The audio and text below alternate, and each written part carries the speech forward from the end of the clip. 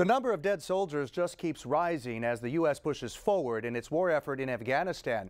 But scientists at Lawrence Livermore National Laboratory say it doesn't have to be that way, and they've enlisted an unlikely team of developers to come up with a life-saving fighting tool.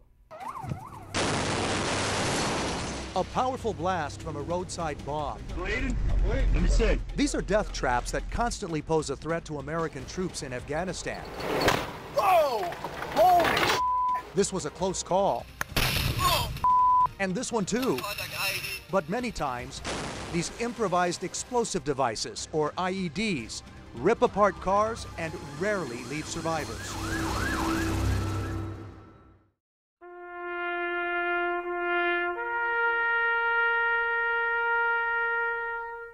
Since the war in Afghanistan began in 2001, more than 1,400 fighting men and women have died.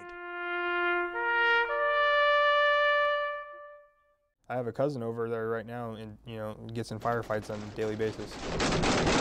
Engineering student Sean O'Brien wants to reduce his cousin's chances of being killed. So he's been working on a project he hopes will ultimately steer troops away from IEDs. Whoa! The ultimate goal is to get out there and try to help soldiers.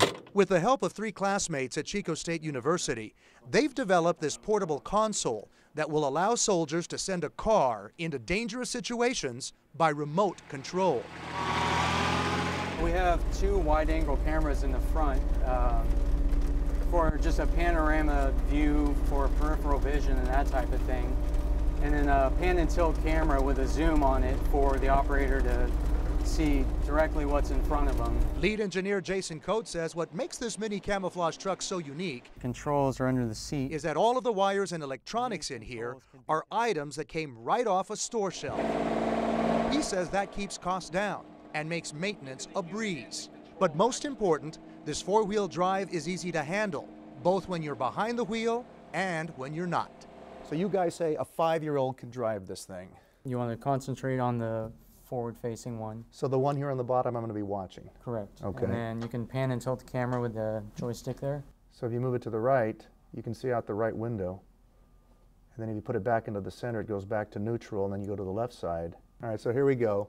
And I'm going to look at this one right here. Correct. All right. This is actually as simple as playing a video game.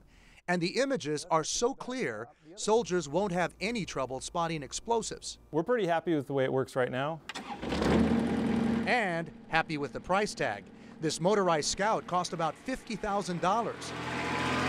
Nick Rapanich says that's nothing when compared to the specialized equipment the military uses right now.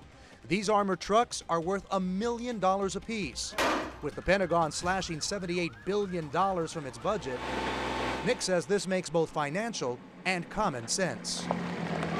I don't want to lose a limb, and if I knew there was some vehicle out there that $50,000 and I could have had my arm back, it's pretty compelling.